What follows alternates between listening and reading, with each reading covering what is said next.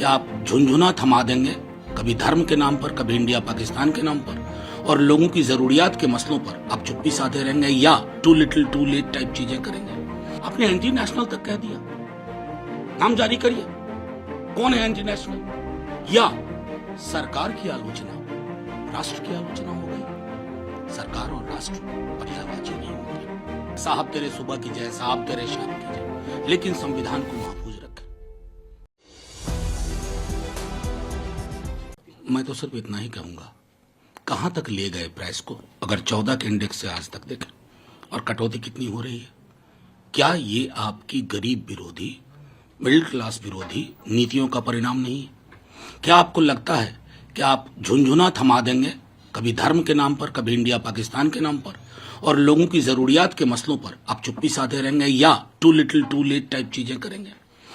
नीतियां व्यापक होनी चाहिए, लोगों को रिलीफ देने वाली होनी चाहिए, जहां आप लगातार असफल रहे।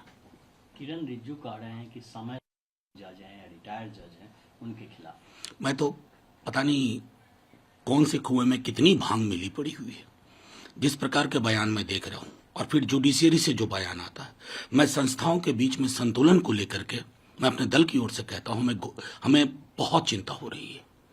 ऐसी चीजें मैंने किसी लॉ मिनिस्टर को इससे पहले बोलते नहीं देखा।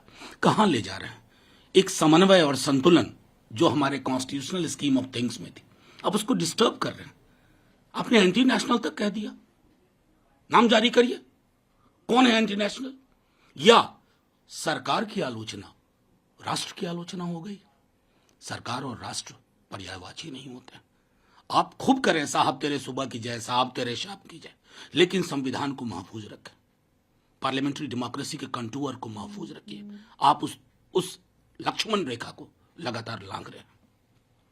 अनिल एंटनी और बीजेपी ज्वाइन करने के बाद कहा कि देखिए कांग्रेस पार्टी की जो प्राथमिकता है वो 2-3 इंडिविजुअल लोग ही हैं। देखिए, मुझे बहुत अच्छा लगा आपका सवाल क्या था। आपने अनिल एंटनी ने बीजेपी ज्वाइन किया नहीं कहा, आपने कहा एके एंटनी साहब के, तो उनकी तो पूरी पहचान ही हुई है, उनका करिकुलम वाइटे क्या है।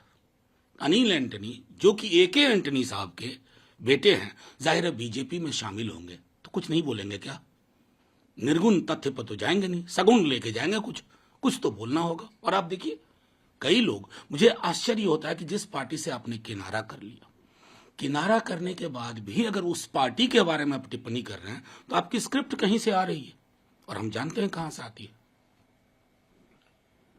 तमिलनाडु के गवर्नर है, वो कह रहे हैं कि किसी बिल को होल्ड करने का मतलब ये है कि बिल डेड हो चुका है, और उसको डिसेंट लैंग्वेज में कहते हैं रिजेक्टेड। इसको लेकर वहां के सीएम नहीं, वो कॉम्पीट कर रहे हैं उन गवर्नर से जिन्होंने सरकार का कस्टोडियन बनना पसंद किया, भाजपा सरकार का।